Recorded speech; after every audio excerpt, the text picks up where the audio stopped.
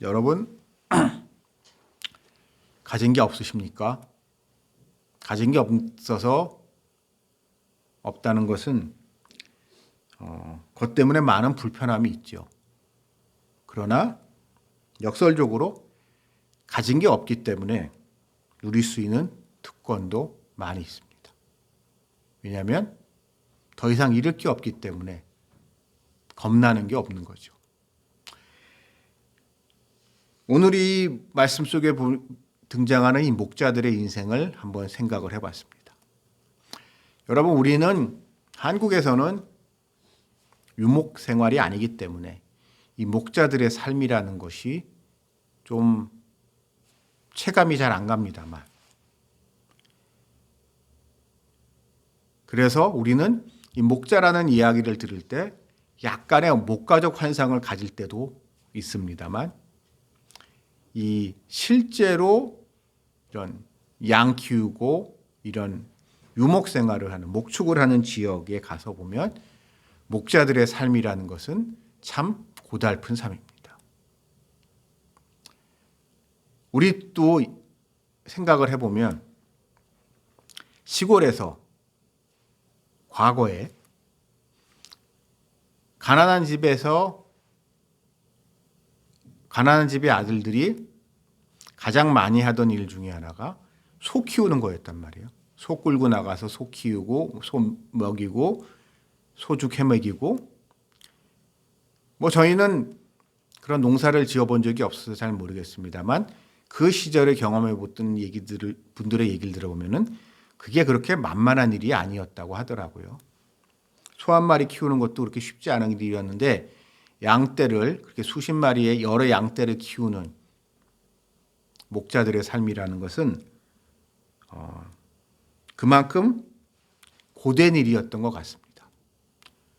이런 게 있는 것 같아요. 여러분, 우리 직장 생활이나 이런 일을 할 때 개인 성향에 따라 다르겠지만 참 안 좋은 일이, 저의 개인적인 경험입니다만, 끝이 없는 일을 할 때가 참 피곤했습니다.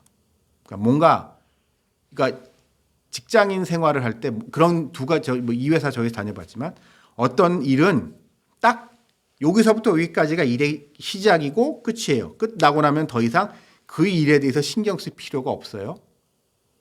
근데 어떤 일이 어렵진 않은데 그 일이 계속돼요. 계속. 똑같은 일에 계속 반복이 돼서 일이 끝나지 않고 쭉 이어지는 회사가 있습니다. 이게 농사는, 우리가 예를 들어서 농사 같은 경우를 놓고 봅시다. 농사는 추수하고 나면 끝이에요.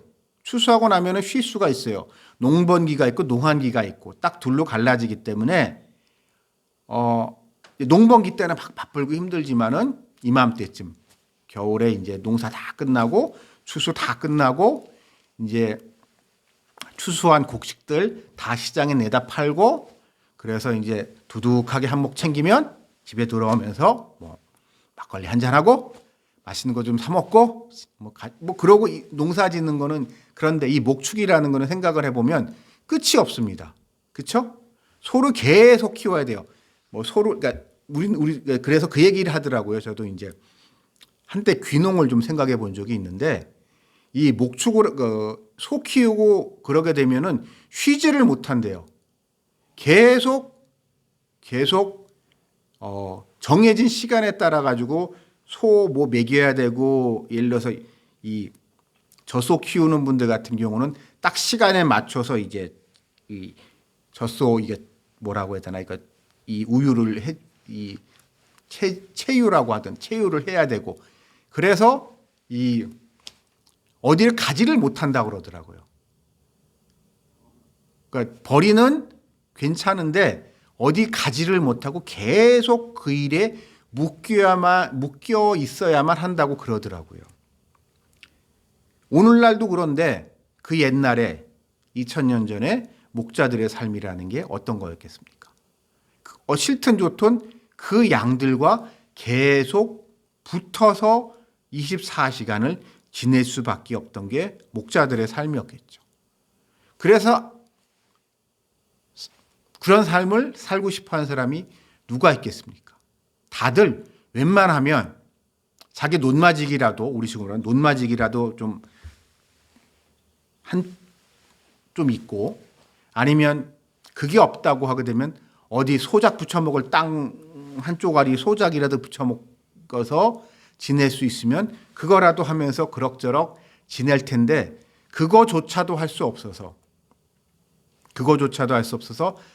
먹고 살기 위해서 어쩔 수 없이 출근도 없고 퇴근도 없는 이 지겨운 양보는 일을 해야만 하는 사람들이 목자들이었습니다. 그래서 이 목자들은 그 당시 사회 구성원 중에 어쩌면은 제일 밑바닥의 사람들이었다고 볼 수 있죠. 그 과거 시대, 과거의 이제 농경 사회에서 그런 밑바닥 사람들이 중에 그럼 좀 잘난 사람들은 뭘 했을까요? 잘나고 용기 있는 사람들은 아마도 용병으로 나갔을 겁니다. 힘 좀 쓰고 내가 이대로 못 살겠다. 내가 비록 미천한 가문에서 태어나서 물려받은 건 하나도 없지만 내가 이렇게 시골에서 썩을 수는 없다라고 생각하는 사람은 아마 군대에 지원해서 용병이 돼서 전쟁터에 나가서 잘 되면은 한몫 챙기는 거고 잘못돼도 그냥 가고 말겠다, 그냥 이름 못 살겠다라고 하는 그런 능력 있는 사람, 용기 있는 사람들은 전쟁터로 군인으로 나갔을 것이고, 그럴 용기조차도 없는, 어찌 보면 약간 찌질이 같은 인간들, 좀 비굴해도 그냥 가는 거 길게라도 이렇게 살겠어라고 하는 사람들이 목자를 하고 있던 거죠. 그래서 아마 이 목자들은 이런 생각이 들더라고요. 이 목자들에서 생각을 이제 저도 이 목자들의 마음이 돼서 한번 생각을 해봤는데 아마 장가를 못 갔을 것 같아요. 아니, 왜냐하면 계속 결혼 생활을 하게 되면은 우리가 이게 집에 출퇴근이 있고 이제 퇴근하고 난 다음에 집에 가서 우리가 좀 이제 가족들하고 보내는 시간이 있어야 되는데, 이 목자라는 건 생각을 해보면 계속 양을 봐야 되는 거기 때문에 이게 퇴근하고 집에 가가지고 이제 쉴 시간이 있을까 생각을 해보면 그것도 쉽지 않은 게 이 목자들의 삶이었기 때문에 아주 별 볼 일 없던 생각이죠. 더군다나 이 이제 키우는 양이 좀 이렇게 많고, 더군다나 오늘 이 말씀 속에서 보게 되면 목자들한테 한밤중에 천사들이 나타난 거거든요. 그 얘기는 뭐냐면 이 목자들도, 그러니까 어느 사회가 나 마찬가지겠지만 아마도 서열이 있었겠죠. 짬밥이 있을 거란 말이에요. 사람 사는 데는 똑같기 때문에. 그러니까 좀 짬이 되고 서열이 높은 목자들은 아마 퇴근하고 집에 갔을 수 있어요. 근데 오늘 이 말씀 속에 보게 되면은 이 목자들은 요즘으로 말하면 초과 근무, 야근하고 있는 거거든요.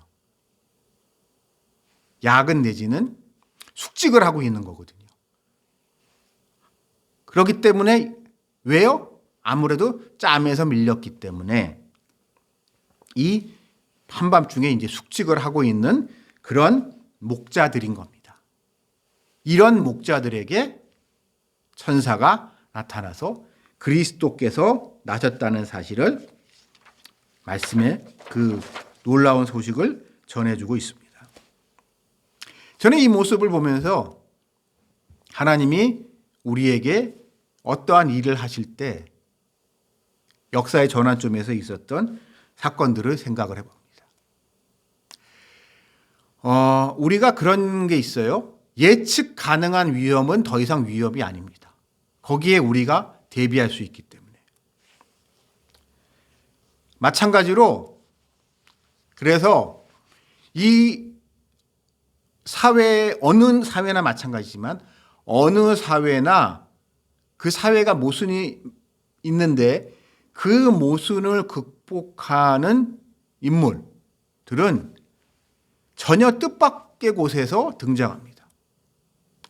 요즘 이제 아직은 못 봤지만, 제가 못 봤지만 이제 극장에서 이제 나폴레옹에 대한 영화 보나파르트 나폴레옹에 대한 영화 릴리 스콧 감독의 나폴레옹이 개봉을 해서 많은 분들이 보고 계신 것 같은데요. 나폴레옹 코르시카 섬 촌놈 나폴레옹이었단 말이에요. 여러분 우리가 나폴레옹 하면 생각나는 게 그게 있잖아요. 내 사전에 불가능이 없다. 내가 가지고 있는 사전 딕셔너리에 불가능이 없다. 전 이 말을 듣고 좀 갸우뚱해했는데요. 왜 그런 말을 그 말은 중에 하나는 뭐나 제가 이 말을 듣고 약간 엉뚱한 생각을 했는데 여러분 우리 중에요. 한국어 사전 가지고 계신 분 없을 거예요. 대부분의 사람들은요. 모국어 사전을 가지고 있을 일이 없거든요. 모국어는 모국어니까. 근데 재밌는 거는요. 나폴레옹한테는 프랑스어가 모국어가 아니었습니다. 그래서 나폴레옹의 역사를 그러니까 그 사람의 전기를 보면은 젊어서 이제 그가 살고 있는 코르시카 섬은 그 전까지 얼마 전까지만 해도 이탈리아에 있는 제네바 공국의 소유지였고 그래서 코르시카 섬 사람들은 원래 지금으로 말하면 이태리어를 사용하는 사람들이거든요. 원래 그 사람들은. 그런 출신이었던 나폴레옹이기 때문에 나폴레옹은 일본어를 프랑스어를 배우는 처지였어요. 그래서 나폴레옹이 처음 사관학교를 갔을 때 불어를 정확히 못해가지고 동료들한테 이제 왕따를 당했다고 그러더라고요. 그 정도로 이제 별볼일 없는 나폴레옹이 프랑스 혁명이라는 역사의 격변기 속에서 어떤 의미로든 영웅으로 등장하게 됐습니다. 교회사 쪽으로 봤을 때 나폴레옹을 어떤 인물로 평가해야 되냐 교회 입장에서 나폴레옹은요 공식적으로 교회와 국가의 관계를 그리 말해서 분리시킨 재정 분리를 형식화된 형식화한 지도자입니다. 그러니까 그 전까지는 유럽 사회에서 기독교 사회에서 종교와 교회의 관계에 있어서 둘이 맨날 싸웠어요. 그러니까 왕과 우리 여러분 있잖아요. 왕과 교황이 서로 내가 더 위하라고 맨날 싸웠단 말이에요. 왜냐하면 두 개를 하나라고 봤기 때문에 두 개를 하나로 봤고 그래서 이 둘이 맨날 내가 더 위야 너 위에서 싸웠는데 나폴레옹 그러면서 프랑스 혁명이 일어나고 프랑스 혁명 당시에 많은 혁명가들이 교회에 대해서 매우 부정적이어서 교회를 공격하고 교회를 파괴하고 물론 그건 이제 카톨릭 교회이긴 하지만 그러고 난 다음에 많은 혼란이 있었는데 그걸 최종적으로 정리하면서 교회는 교회, 국가는 국가 두 개를 그러니까 재정 분리를 법적으로 제도화시킨 사람이 나폴레옹이거든요.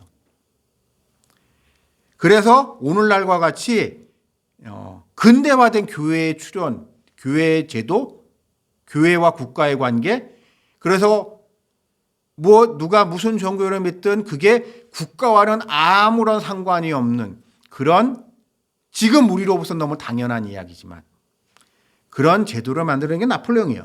그런 제도를 확립시킨 사람이.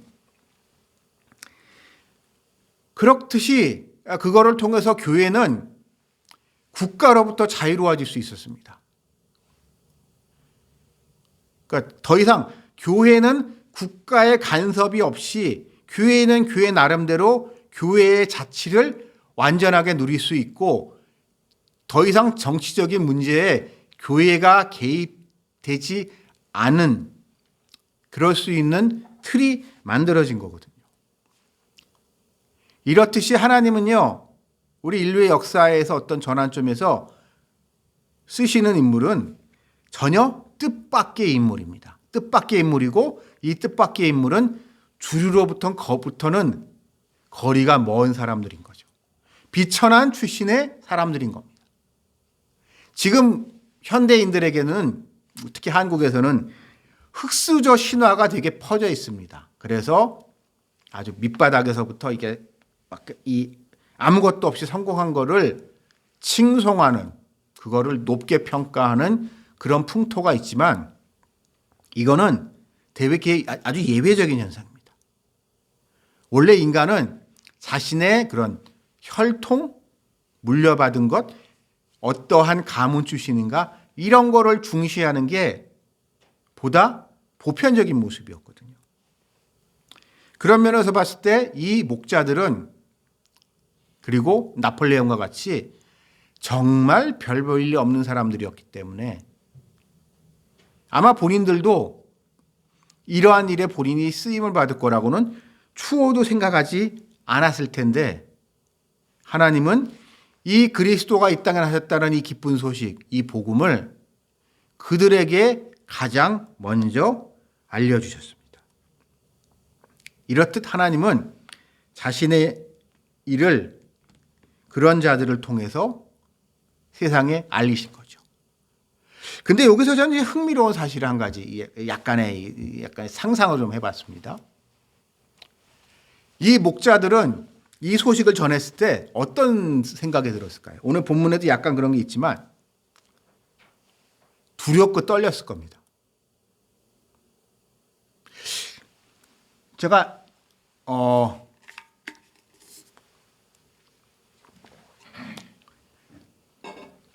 신화 같은 거에 관심이 많아서 고대 신화, 전설, 민담 이런 거에 관심이 많은데요. 민담 같은 거나 전설 같은 데 보게 되면 이 영웅의 출현을 계시받는 사람, 알게 된 사람들은요. 이런 경우가 많아요. 영웅의 그러니까 비천한 출신들, 요즘으로 하면 못 사는 사람들 사이에서 영웅이 출현했다. 어느 집안에서 애가 낳는데 오늘 말씀과 같이 거기에 큰 인물이 태어났다는 계시를 받았을 때 사람들의 반응이 어땠을 것 같으세요? 그 아이를 죽이려고 합니다. 왜냐하면 저 아이 때문에 분란이 일어나면 안 되니까. 저 아이 때문에 결국 이런 거죠. 그 영웅이 태어났어요. 이 아이가 커서 반란이라도 일으키게 되면 어떤 일이 벌어지겠습니까? 그 지역 사람들이 다 몰살당할 수도 있잖아요. 그 아이가 물론 나중에 최종적으로 성공해서 그 반란이 성공해서 혁명이 돼서 위대한 지도자가 될 수도 있겠지만 그 과정에서 근처에 있는 사람들, 옆에 있는 사람들이 어마어마한 피를 흘려야 되는 경우가 많거든요. 그렇죠? 그게 싫어서 그 아이를 죽이려고 듭니다.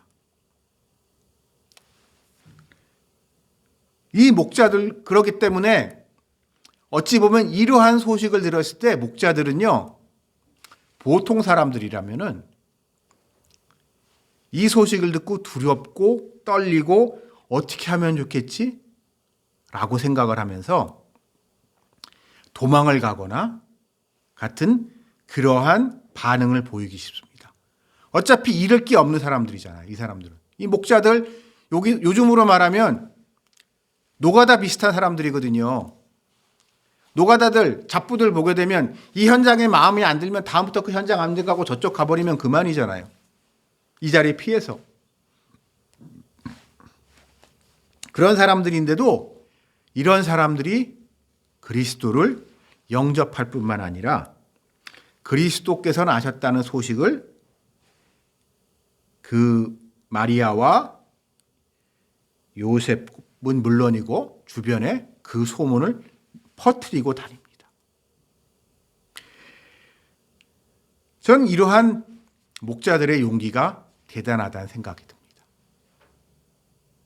그리고 한 걸음 더 나아가서 제가 약간 엉뚱한 상상입니다. 제가 이게 그냥 이건 성경에 나와 있는 이야기인데 약간 엉뚱한 상상인데 이제 마태복음에 이제 예수님에 대한 기사랑 이제 얽혀 생각을 해보면 이런 생각이 좀 들더라고요. 동방박사가 왔을 때 헤롯 대왕이 처음에는 잘해주는 척하면서 뒤로 이제 공작을 벌이잖아요. 자기 부하들을 보내서 예수님을 죽이려고 하잖아요. 그 군인들이 왔을 때 어떤 일이 벌어졌을까요? 그냥 이게 상상입니다. 아마 이 목자들을 잡아다 족쳤을 것 같아요. 소문이 파다하게 퍼졌을 거 아니에요. 그 근처에 소문이 파다하게 퍼졌으니까 이제 요즘으로 말하면 이제 그런 이제 이 완전 무장한 헤롯의 똘마니들이 수백 명이 쳐들어와서 야, 너희 동네에 있었던 일 다 불어 하면서 이제 사람들이 얘기를 하다 보면 이 목자들을 지적해서 아, 그렇잖아요. 얼마 전에요. 저 양치던 쟤네들이요. 뭐 이상한 소리를 하고 다녔어요 하면서 그 사람들 잡아다 족칠 것 같아요. 아닌가요? 이게 그냥 상상입니다. 그냥 제 머릿속에 상상을 한번 잡아다가 족치면서 야, 누구야? 너희 뭐 이상한 사람 이상한 무슨 내 가지고 이상한 얘기가 다 했다며? 어느 집 누구야 하라고 하면서 아마 혹독한 고문을 당하지 않았을까요? 불어하면서 이제 누구야 하면서 얘기를 할 거예요. 근데 이게 상상입니다. 이거는 상상인데 만약 그때 그 이 고문 내지는 이게 두려워서 그 이 목자가 예수님에 대한 이야기를 받은 목자가 그거를 듣자마자 이 헤롯의 똘마니들이 군인들이 쳐들어왔을 때 그냥 알아서 박박 기어서 아니 저기 가게 되면은요 그런 애가 있어요. 제가 뭐 알아요. 전 그냥 그런 얘기를 듣고요. 그냥 저 집 가세요. 저 집 가보세요 했으면 아마 예수님이 많이 곤란하지 않았을까. 물론 애굽으로 어떻게든 피신을 하셨지만 이 피신하시는 과정이 훨씬 더 힘든 피난 과정이 되지 않았을까라는 엉뚱한 상상을 해봤습니다. 아마도 이 말씀 속에 나오는 목자들은 예수님에 대한 이야기에 대해서 입을 안 연 것 같아요. 입을 안 열고 그 헤롯 일파의 무자비한 고문에도 불구하고 위협과 협박에도 불구하고 그들이 침묵했기 때문에 예수님은 도망갈 시간이 볼 수 있었고 더 나아가서 그러니까 헤롯은 마음이 급해서 그 주변의 아이들을 싸그리다 누군지 모르니까 누군지 안 특정된다 그러면은 왜 남의 집 애들을 갖다가 싸그리다 죽였겠어요. 특정되지 못하니까 그냥 에라 모르겠다고 그냥 다 죽인 거예요. 애들을 그 근처에 있는 애들을 우리 아시다시피 마태복음. 그리고 아마도 그래서 이 목자들은 혹독한 고문과 더불어 목숨을 부지하기 쉽지 않았을 것 같다는 생각을 합니다. 헤롯이 얼마나 잔인한 인간인데요. 자기 왕권에 도전이 된다고 심지어 자기 아들들도 다 막 죽이고 그랬습니다. 이 권력 의지에 밖에 없는 인간이거든요. 그래서 이 오늘의 말씀에 등장하고 있는 이 목자들에 대해서 우리가 우리 자신에 대해서 우리가 한번 생각해 볼 필요가 있습니다. 여러분, 우리는 다 아무것도 아닙니다. 여러분, 사람이 다 아무것도 아니죠. 잘나봤자 사람이고 못났어도 사람이죠. 좀 더 많이 가졌다고 해서 의시된들, 없다고 좀 기가 죽어서 살던 우리 모두 다 하나님의 자녀입니다. 그래서 하나님은 우리의 평소의 모습과는 상관없이 하나님이 하나님을 바라고자 하시는 그 일을 이루시는 일에 있어서 우리는 어떻게 쓰임받을지 아무도 모릅니다. 하나님의 전적 은혜인 거죠. 구원받을 만한 자격이 있어서 구원받는 사람이 없듯이 하나님에게 쓰임을 받음에 있어서도 그 사람이 쓰임 받을 만한 이유가 있어서 하나님께 쓰임 받는 거 아니에요. 그냥 하나님이 보시기에 저게 필요하면 하시는 거예요. 그냥 우린 도구일 뿐입니다. 그리고 그렇게 도구로 크게 특별한 도구로 쓰일 때가 있어요. 하나님에 의해서. 그때 우리는 어떻게 반응해야 할까요? 여러분, 특히 자존감이 낮은 여러분들이 자존감이 낮은 분들은 이렇게 생각할 수 있어요. 내가 뭔데? 내가 할 줄 아는 게 뭔데? 나 같은 사람을 왜 하나님이 쓰시겠어? 아니야, 하나님이 나 같은 사람을 쓰실 리가 없어. 난 그럴 만한 사람이 아니야. 라고 하면서 지레짐작 겁을 집어먹고 발을 빼는 사람들이 있습니다. 그러나 오늘 이 말씀 속에서 보듯이 이 목자들, 이런 비천한 목자들조차도 쓰시는 하나님은 여러분도 쓰실 수 있습니다. 하나님이 원하시는 사람, 원하시는 일, 그 장소에 당신이 있다면, 하나님이 그 곳으로 인도하셨다면 당신에게 어떠한 운명이 주어질지 아무도 모르는 거죠. 그 일이 여러분 앞에 주어졌을 때 우리 한번 오늘 이 목자들을 생각해 보시기 바랍니다. 난 비천하지만, 난 가진 것도 없고 배운 것도 없고 내세울 것 아무것도 없지만 하나님이 이 기쁜 소식을 나에게 전하게 하셨고 하나님의 이런 일에 내가 쓰임받게 하셨음에 감사하고 하나님께 영광을 돌리며 하나님을 찬양하며 그 일에 자신이 할 수 있는 내에서 최선을 다하는 이 목자들의 모습, 그것이 단언컨대 우리가 사람으로서 하나님께 할 수 있는 최선이 아닐까라는 생각을 해보면서 여러분들께 다시 한번 권하겠습니다. 하나님은 당신을 쓰실 겁니다. 어떻게 쓰실지 우리는 몰라요.